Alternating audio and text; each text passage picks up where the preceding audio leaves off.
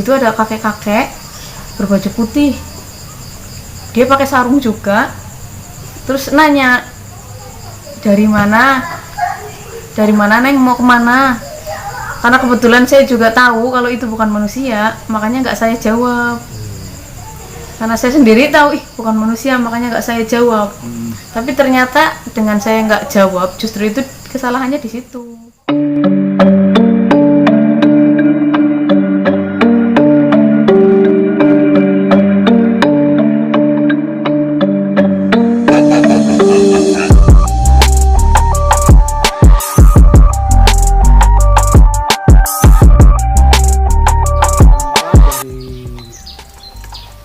Nyampe ke base camp Kaliwadas. Kebetulan di sana ada teman-teman kita sendiri, suku CS.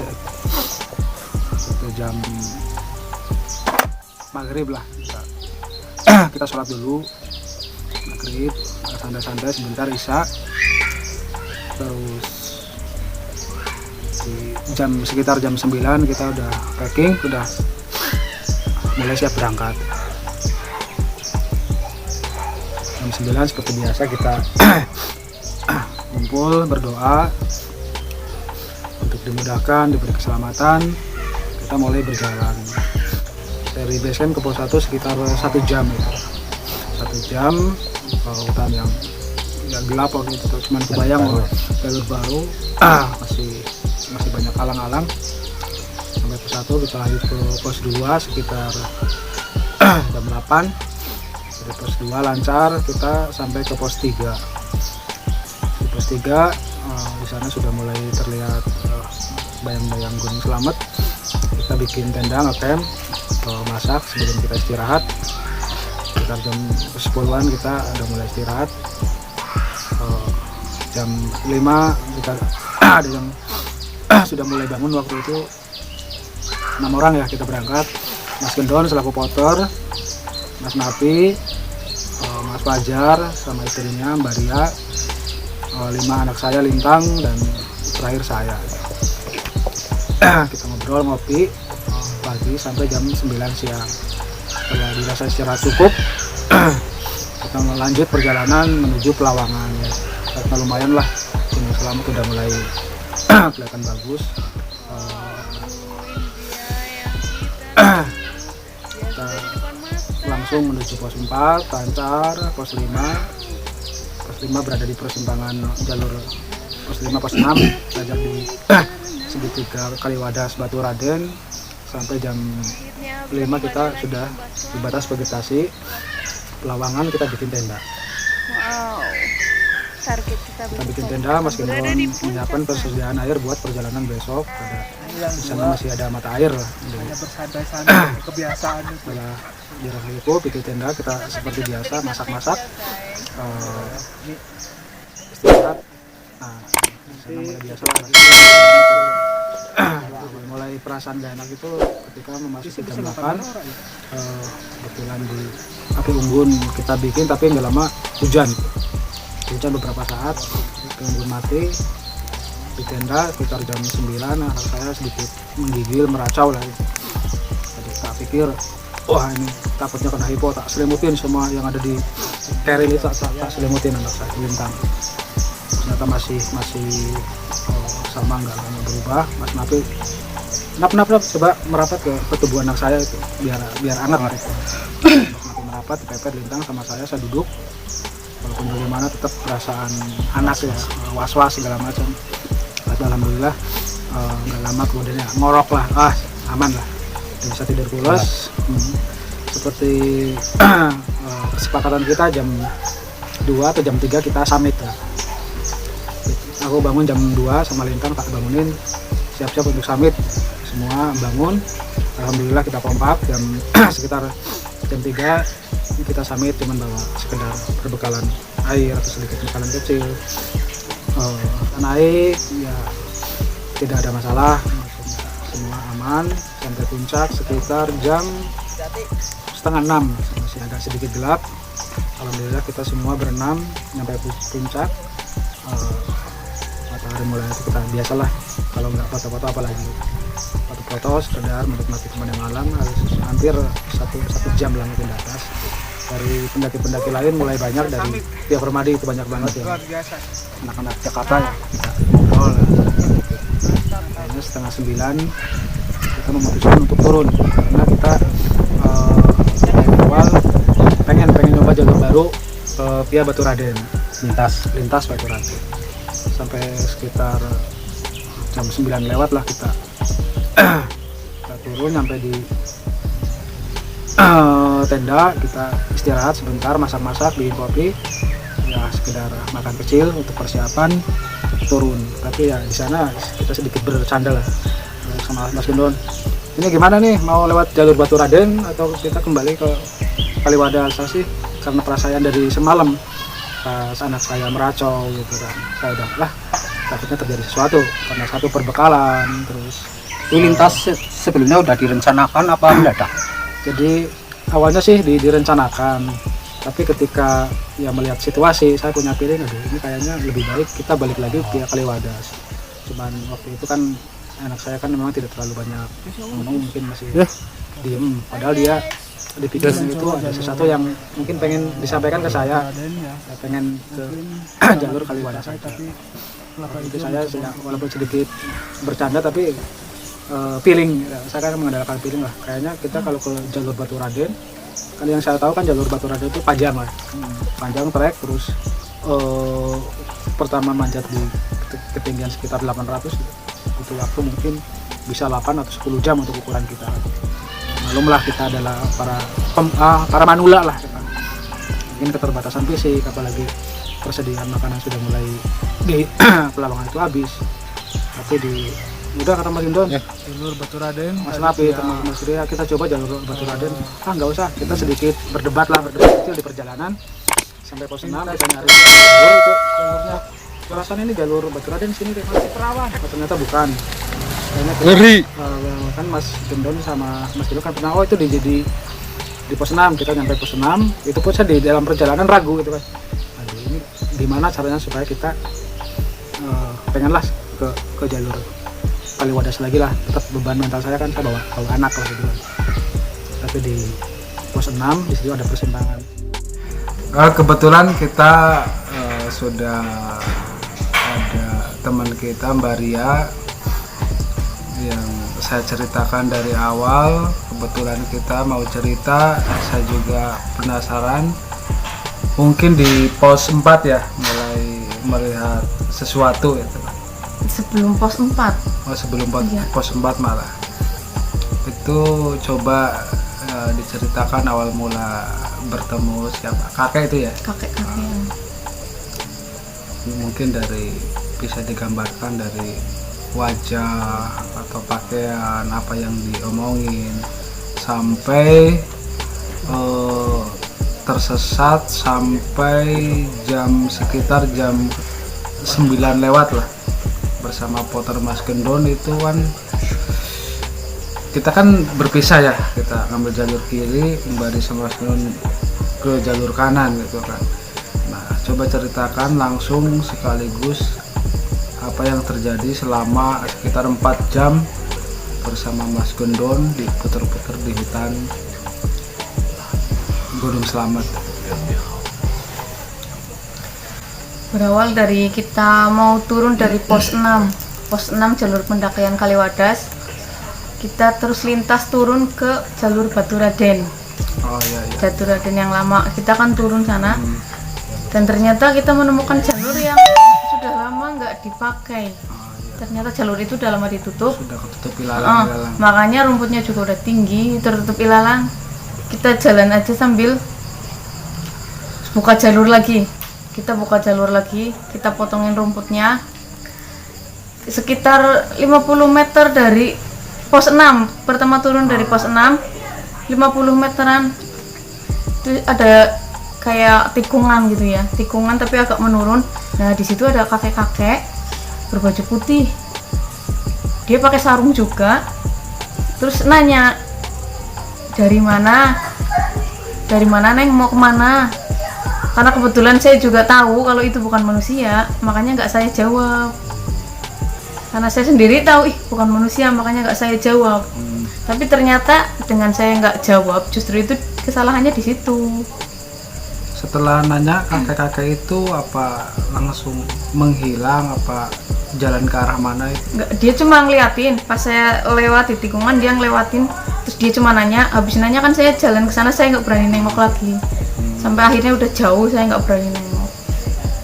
Tapi ternyata kesalahannya di situ. Setelah meninggalkan kakek-kakek itu, karena saya nggak jawab pertanyaan, udah banyak sekali hal-hal aneh yang terjadi. Nah itu setelah bertemu, apakah ada yang dirasa di badan itu terasa mungkin kok jadi berubah, jadi lemas, apa ada yang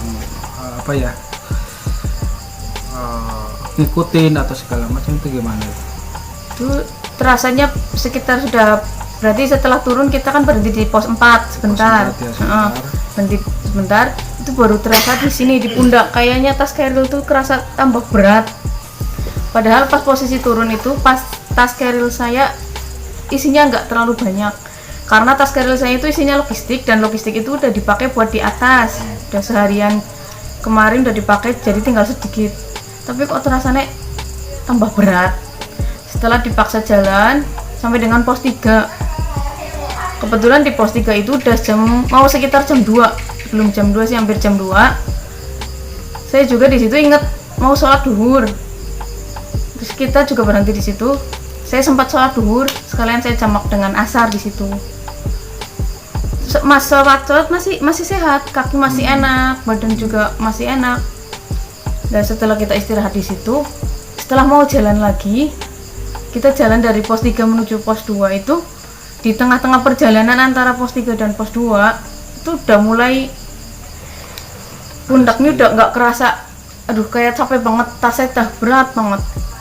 Akhirnya sih tas keril saya itu dibawain sama Pak Gendon, sama porternya, kan diminta tasnya dibawa sama saya kasihkan ke Pak Gendon. Setelah udah nggak bawa tas pun kok masih terasa berat, kakinya terasa kayak ada yang ganduli lah, narik-narik gitu. Buat ngelangkah susah, tapi terpaksa jalan sampai hampir pos 2 itu udah nggak kuat banget. Jadi kaki tuh kayak lemes. Berarti tulangnya tuh kayak lemes. Sampai kita berhenti yang ada sajen itu ya? Iya. Udah kaki itu kan pos 3. Nah itu mau hampir pos 2 udah nggak kuat banget, kakinya udah lemes banget. Di perjalanan dari pos 3 menuju pos 2 itu udah mulai kaki terasa berat. Dari tas keril yang saya bawa itu udah diminta sama Pak Porter, dikasihkan sama saya ke Pak Porter. Tapi saya udah nggak bawa tas keril pun pundak masih terasa berat. Terus gantian kakinya terasa berat, kayak ada yang ganduli gitu. Buat ngelangkah tuh susah, buat jalan susah. Tapi terpaksa sampai dengan hampir menuju ke pos 2 itu udah nggak kuat banget. Itu hampir belum sampai sih, hampir menuju pos 2 udah nggak kuat banget. Sampai berdiri aja udah kayak nggak sanggup.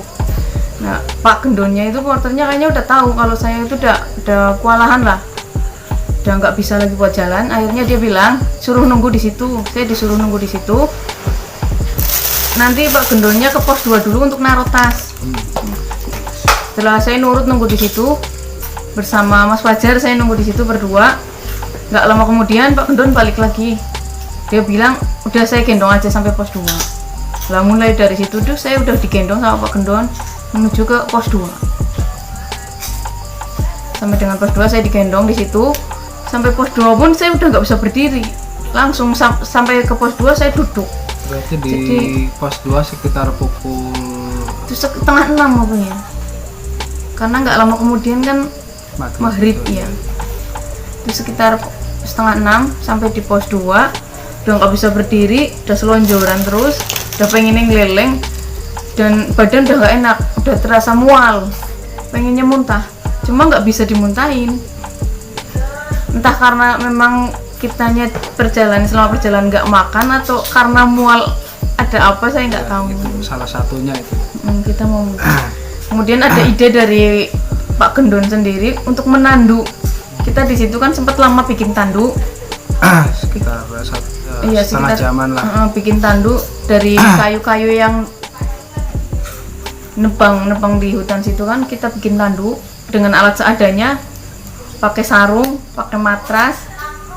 Setelah jadi tanduk, rencananya mau ditandu 2 orang sama Pak Porter dan teman saya juga yang satunya, Mas Nafi ya. Tapi ya gagal. Lah itu ternyata setelah ditandu dengan bobot saya yang cuma 53, ternyata ditandu 2 orang masih terasa berat. Katanya kok terasa berat sekali padahal bobotnya cuma 53. Seperti ada sesuatu yang aneh. Seperti ada yang nempel di badan saya terasa. Sampai Mas Nafi sendiri katanya di hati sempat bilang, "Duh, ini kok nandu orang dengan bobot 53 kayak nandu mayat, sangat berat gitu. Kayak nggak seperti nandu orang hidup kan lebih ringan, itu kayaknya berat." Bahkan sama Pak Porter yang biasa nandu orang pun dia bilang, "Ya ini memang terasa sangat berat." Makanya gagal lah kita ditandu cuma 5 langkah ya, 5 langkah kita sempat berjalan nandu, cuma Mas Nafinya nggak kuat, akhirnya nggak jadi ditandu. Nandu lagi. Akhirnya dari situ kita punya ide untuk digendong lagi kayak pertama yang dari awal. Cuma untuk meringankan Pak Gendon, jadi saya digendongnya dengan menggunakan di tali webbing supaya saya tuh nempel kayak tas keril. Jadi di tali webbing sayanya diikat dengan Pak Gendon. Nah itu kan setelah itu kan kita jalan beberapa mungkin nggak lebih dari setengah jam. Itu kan Mas Gendon sama Mbak Ria itu kan duluan ya. Iya. Nah kita kan terpisah. Di pas ada sedikit pohon bambu kan ada 2 jalan. Yang satu kan ditutup sama Mas Gendon dengan harapan kita ambil kanan. Tapi kan ternyata kita berempat itu kan ambil kiri. Nah itu kan Mbak Ria ambil kanan, itu selama ambil kanan sampai kita bertemu di sungai yang saya ceritakan tadi. Itu pengalaman apa yang terjadi sama Mbak Ria sama Mas Gendon? Jadi itu setelah perjalanan tadinya awalnya kan kita bareng-bareng, cuma karena Pak Gendon itu kan agak berat ya mikul saya, makanya ayo Pak jalan duluan aja, yang lain ditinggal dulu, dengan harapan karena saya udah nggak kuat banget, saya ditaruh di base camp dulu. Kita jalan sampai tengah jalan tuh Mas Gendon sempat kecapean juga. Kita berhenti di tengah-tengah jalan, nggak tahu di hutan apa, itu gelap sekali. Kita duduk, sempat dengar adzan Isya. Adzan Isya itu kita sempat dengar di situ, dan HP saya pun sempat saya lihat ada sinyal, satu titik sinyal gitu. Berarti saya berpikir, oh ini udah hampir sampai. Saya udah agak lega, ini udah hampir sampai. Kemudian kita jalan lagi, ketemu dia itu di pertigaan. Itu sebelum pertigaan yang pohon bambu itu, sebelum itu. Yang adanya hanya pohon waru, adanya lurus sama belok ke kiri. Terus di situ Pak Gendon sempat bingung.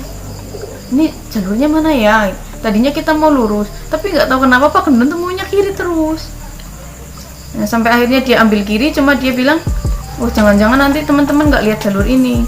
Dia sempat tuh pangkasin beberapa pohon lah ya, pohon kecil untuk menutupi jalur yang lurus. Jadi pohon-pohon yang tadi dipangkas itu buat nutupin jalur yang lurus, supaya berharap teman-teman pun ngikutin kita ke kiri. Nah, tapi dari situ berawalnya. Setelah kita ke kiri jauh ke sana, kok malah makin nggak ada jalur. Nah di situ anehnya saya bilang ke Pak Gendon, Pak ayo kita balik lagi ke jalur itu. Dia tuh katanya nggak lewatnya sini, pasti ada jalur di sini.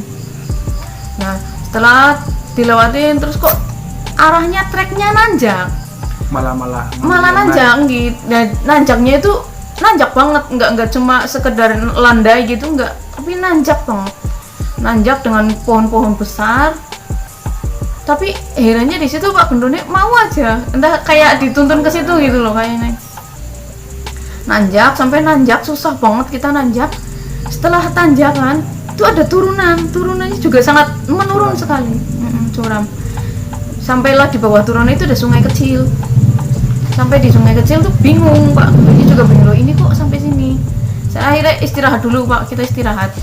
Kita sempat duduk minum air di sungai juga karena kita pas pulang kan nggak bawa logistik apa-apa kita. Pak Gendon sempat duduk dan minum sebentar. Dan herannya lagi yang saya heran, arah sungainya itu ke kanan, tapi Pak Gendon mintanya tuh jalannya ke arah sana, nambah naik, melawan arus sungai. Naik lagi, setelah naik lagi satu bukit tuh, kita naik lagi satu bukit. terus ada turunan. Lah di situ hampir kita mau turunan, cuma setelah dilihat di situ ada sungai kecil, cuma kayak air terjun suaranya. Nah di situ udah bingung, kita juga duduk lagi di situ di atas. Setelah duduk kita bingung, saya bilang, Pak, balik lagi aja ke arah yang tadi. Setelah ya udah berdoa dulu, kita di situ udah berdoa karena posisi gelap sekali. Lampu yang punya Pak Gendon juga udah agak redup ya. Akhirnya pakai lampu HP, itu juga lampu HP saya yang dipakai. Kita duduk berdoa. Setelah kita mau jalan balik lagi ke arah yang tadi, kita bingung. Loh, tadi kita lewat mana? Kita pun dari atas udah bingung. Tadi jalan yang kita lewati mana? Akhirnya ada sekitar 3 persimpangan itu kita lewatin semua. Kata Pak Gendon kesini, kita lewatin, ternyata buntu. Balik lagi. Terus kita, oh ya berarti persimpangan yang ini, balik lagi. Sampai 3 persimpangan itu udah kita lewati, udah nggak ada jalan. Akhirnya kita duduk lagi di situ. Di tempat yang sama, di batu Iya, yang sama. kita duduk lagi di situ. Berarti itu selama naik, selama ngambil mencoba ke kiri ke kanan itu Mbak Ria kan posisi digendong ya. Iya. Nah, itu apa saja yang dirasakan atau dilihat mungkin di sekitar pepohonan, apa pernah melihat apa itu bisa diceritakan? Kalau diceritakan banyak sekali yang terlihat. Nah ketika pokoknya itu setelah kita bingung ya, kita duduk lagi. Setelah kita duduk lagi, kita duduk di bawah pohon besar. Dan saya ingat, Pak, tadi itu waktu berangkat kita duduk di sini, Pak. Gitu. Pak Gendone cuma kayak udah kayak ngeblank. Jadi dia jadok ngomong udah kayak ngeblank. Udah saya pancing-pancing gini, Pak, ini sih pohon apa gitu. Saya suruh dia lihat ke atas, tapi dia nggak mau juga, dia ngeblank lah intinya. Biar dia melihat apa yang apa yang saya lihat gitu. Biar dia tuh cepat pergi dari situ. Dia nggak mau juga, dia tetap ngeblank. Mungkin karena saking paniknya bahwa orang sakit tapi nggak tahu jalan. Mungkin akhirnya dia ngeblank. Setelah kita udah berangkat lagi setelah istirahat. Saya udah bilang itu pohon besarnya apa, ayo coba lihat ke situ. Setelah kita lewat pohon besar, iya kita naik satu tanjakan lagi, kan ada turunan berikutnya kan sungai yang tadi kita lewati. Nah di sungai itu pun kita bingung, udah sampai sungai bawah, aduh ini udah sampai sungai bawah, kita mau naik lagi ke bukitan yang ke jalan pertama itu masih bingung. Di sungai itu berarti kita duduk lagi, cari pertigaan lagi, kita naik lagi, nggak ketemu jalan lagi, sampai 3 kali kita kayak gitu. Akhirnya ketiga kali kita duduk di sungai itu, kita sempatkan untuk minum lagi, kemudian kita berdoa. Saya bilang berdoa aja, Pak, kita berdoa bersama-sama apa aja yang bisa lah. Saya juga sempat minta maaf kalau misalkan saya mengganggu di situ, saya minta maaf. Saya cuma mau pulang dan orang yang bawa saya itu udah capek. Saya mohon maaf, saya minta pulang. Nah setelah nggak lama setelah kita doa, kita lihat kayak pohon salak gitu, cuma bukan pohon salak mungkin ya, daunnya seperti pohon salak. Nah di situ baru kita ingat, Pak, tadi kita lewatin ini. Nah setelah itu ayo kita bismillah, kita lewat jalan itu lagi. Ternyata benar ketemu lah itu jalan. Kita naik lagi, kita turun sampai dengan jalan lagi sampai dengan pertigaan yang tadi kita nyasar itu. Yang ada di yang ada ditutup. Iya, yang kita tutup pakai daun-daunan itu. Nah setelah sampai di situ, kita juga berharap teman-teman jangan ngikutin jalur kita. Semoga teman-teman tuh nggak nyasar. Tapi setelah kita lihat daun-daunannya juga udah kotor, saya bilang kayaknya teman-teman sih lewat ke sana lurus, bener jalurnya karena daun-daunannya udah kotor. Akhirnya kita juga lewatin lurus di situ. Setelah lewat lurus sekitar berapa ratus meter tuh ada pertigaan lagi, pertigaan yang ada bambunya. Padahal di situ ada 2 jalan, satu ke kanan, satu lurus. Dan Pak Gendonnya itu taunya yang lurus, padahal saya udah bilang itu ada 2 jalan. Dia nggak lihat yang ke arah ke kanan, dia cuma lihat yang lurus. Akhirnya ngambil yang lurus. Kita ngambil yang lurus waktu itu mah bener, kita ambil yang lurus karena saya bilang, Pak, ini yang bener yang lurus. Terus kita ambil yang lurus, nggak lama kemudian kita dengar suara itu kayak kelas jatuh. Oh, kelas jatuh. Ya, setelah kita dengar suara kelas jatuh, kita panggil kan, kita terus lihat ini kayak bekas mantel ditinggal di tengah jalan, plastik mantel. Kita ambil plastik mantel, kayaknya ini punya teman-teman, kita tahu ini punya teman-teman. Terus kita panggil lah, kita berusaha bersuara gitu. Saya potong sedikit ya. Itu mantel punyanya Mas Fajar. Mas Fajar yang katanya jatuh ya karena mantelnya Jatuh, nyusahin ya, itu ya. jatuh akhirnya ditinggal itu bukan ditinggal, artinya saking sudah tidak menguasai apa ya, Medan ya. badan, saking lelahnya mungkin mau ya tertinggal begitu saja lah. Nah itu yang saya penasaran dari cerita, ya nggak apa-apa disebutin aja kan, melihat bentuk-bentuk seperti apa itu. Jadi saya penasaran itu Pak. Itu banyak karena kebetulan saya juga orangnya yang sering melihat tuh, yang bisa sering melihat. Jadi sepanjang jalan ya saya hampir lihat ada sosok kayak cewek berrambut panjang, bahkan ada sosok pocong yang itu yang saya bilang ke Pak Porter waktu duduk di waktu duduk di pohon besar itu banyak di situ di atas. Malah saya bilang, Pak, saya mancing dia, ini pohon apa? Kok daunnya rimbun banget? Saya berharap si Pak Porter itu lihat ke atas dan saya pengen tahu reaksi dia, apa dia lihat yang saya lihat apa enggak. Tapi ternyata Pak Porter nggak mau lihat ke atas karena udah saking paniknya dia hanya mikirin jalan dan jalan. Ya kebetulan di jalur kita juga kan anak saya Lintang kan sama ya. Ketika banyak yang dari Bali Pon itu yang nongol bentuk-bentuk hitam seperti itu kan, dia ceritanya kan cuma setelah pulang waktu itu kan dia nggak berani cerita. Artinya berarti kan kita ketemu di sungai yang setelah tadi ada bunyi jatuh ya, gelas Mas Fajar jatuh. Di situ aja kita memang sudah mungkin ya setengah putus asa lah, perbekalan habis, air habis, kita sampai di situ kan udah, kita yang penting bawa badannya aja ya, bawa badan aja, yang penting kita selamat, semua peralatan, keril, tenda kita tunda saja lah kita. Waktu itu kan anak saya kan Lintang itu kan dengar suara air ya, tapi kan Mas tapi bukan air ya, mungkin semua sudah pada halus sih ya. Tapi sedikit kita, waduh ada jurang kecil, oh ternyata itu kan kali gitu. Nah setelah sampai di sungai kan kita ngobrol ya, ngobrol yang 3 orang masak air. Nah di situ kan ya kan kita bareng ya gitu ya. Terus kan saya penasaran kan Mbak Dia ngomong, pokoknya saya harus dikeluarkan dari hutan ini sekarang gitu. Itu saya penasaran, coba apa yang ada di dalam pikiran Mbak Ria itu. Ya karena selama kami ya, saya dan Pak Gendon tersesat itu, berarti kan berawal dari kita dengar adzan Isya itu. Kalau adzan Isya kan berarti mungkin sekitar jam 7 ya. Saya sampai diputer-puter lah di jalur yang kiri itu, di sungai itu, pokoknya kita diputer-puter itu hampir kan 3 jam berarti ya? kita keluar, kita ketemu kan udah jam 10 lebih kita di sungai. Kita di sungai itu jam 10 lebih, saya ingat waktu saya lihat jam itu udah hampir jam 11, jam 10 lebih di situ. Nah, setelah duduk di situ tadinya saya juga merasa kasihan sambil porternya istirahat, ada teman-teman juga mau bikin makanan, cuma di situ udah nggak nyaman. Jadi di sini tuh udah kerasa berat lagi dan saya udah kerasa mual-mual lagi, udah pengen muntah. Dan saya pikir ini bukan penyakit, makanya saya udah daripada keburu di situ nanti saya kenapa-napa, saya takutnya saya kerasukan. Makanya saya bilang saya harus dikeluarin dulu dari hutan ini.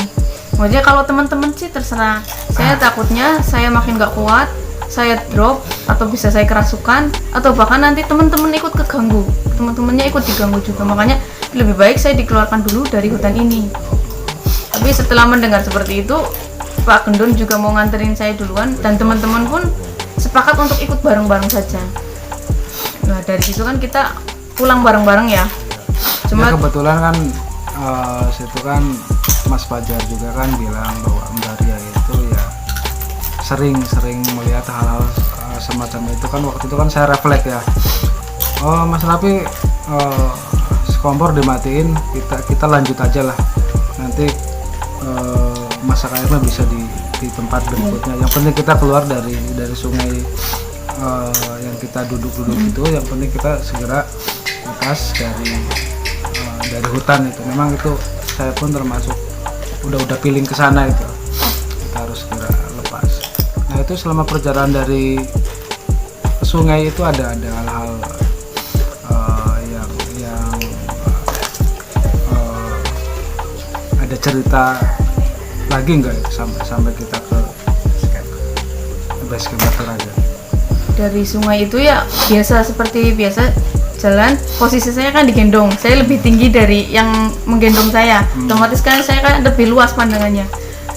Ya kalau itu memang sudah lihat apapun yang di jalan itu semuanya saya lihat, dari bentuk yang macam-macam lah di situ sudah terlihat. Cuma saya berusaha kadang cuma lihat pandangan ke jalan aja, saya nggak berani tengok-tengok karena ada yang bentuknya juga ada yang kurang menyenangkan dan saya takut nanti mereka mengganggu lagi. Makanya saya berusaha cuek, cuma lihat fokus ke jalan yang saya lewati. Nah setelah beberapa jalan juga kan pasti kita ketemu lagi sama pertigaan. Nah di situ pasti Pak Gendon bingung lagi. Nah ini yang saya heran, padahal beliau itu katanya udah bolak-balik ke situ, tapi kok masih bingung juga. 10 tahun yang lalu kan? Iya. Setelah setiap ada pertigaan dia selalu bilang ini kemana arahnya, udah doa dulu Pak, saya selalu bilang itu udah lereng colok, doa dulu baru kita menentukan arah kemana. Setelah jalan lagi kita sempat istirahat di kayu besar itu ya, itu kan sempat ada suara-suara, kalau yang bisa dengar mungkin ada suara-suara yang aneh lah di situ.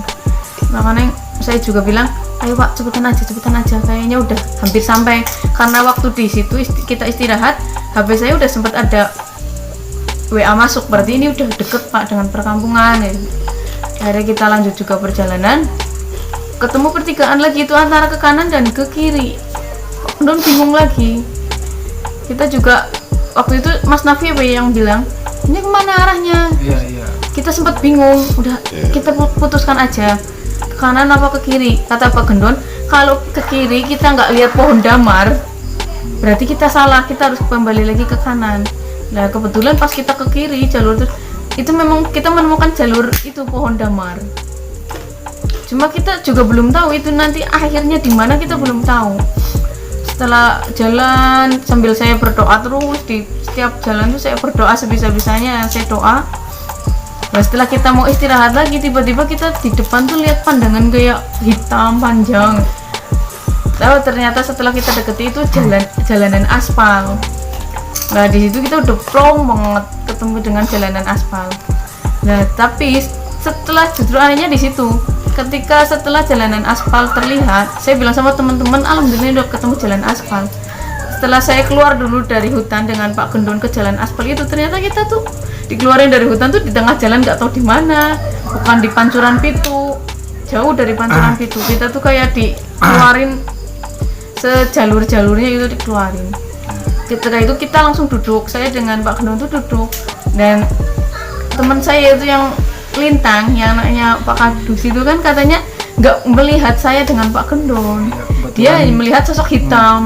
Kebetulan kan Lintang di samping saya, ya saya sempat komunikasi. Kata Lintang, Pak itu di depan siapa itu? Maksudnya yang mana? Itu 2 orang. Kan yang saya lihat kan jenengan ya, iya, Mbak Ria sama Mas Gendon. Itu Mas Gendon sama Mbak Ria, bukan Mas Gendon sama Mbak Ria. Saya kan meyakinkan yang saya lihat itu kan jenengan ya. Tapi Lintang berkali-kali bukan. Nah, yang merinding juga. Yang saya heran, kata, loh kok kenapa masuk hutan gitu kan? Tapi sebelum masuk hutan, dua sosok yang dilihat Lintang itu melambaikan tangan dada gitu kan, dada. Loh, kok dada? Nah setelah masuk yang 2 sosok itu masuk ke hutan, baru Lintang, loh kok Mbak Ria sudah ada di depan sama Mas Gendon. Ya udah yang penting kita sampai, tak rangkul gitu. Yang penting kita sampai, nanti cerita itu mah di rumah. Itu terakhir mungkin yang Lintang dari akhirnya kan kita cerita ya, dari semalam di tenda dia banyak bertemu orang, ya sampai tarung lah gitu kan. Terus di jalan seperti ada yang ngawal, sampai akhirnya ketika kita sampai di aspal itu dada lah, mungkin kami berpikir ya mungkin dia sedang ngawalin kan. Seperti itu. Dan mungkin juga dia yang membuat saya tuh lebih berat ketika ditandu. Karena 2 sosok hitam yang Lintang lihat itu menutupi saya dan Pak Gendon.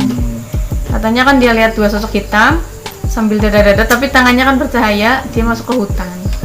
baru lintang bisa lihat saya. Mungkin itu juga yang membuat saya susah ditandu. Dan herannya lagi ketika udah sampai aspal, kita kan telepon mobil jemputannya. Setelah mobilnya sampai ke situ, saya pikir saya masih nggak bisa jalan.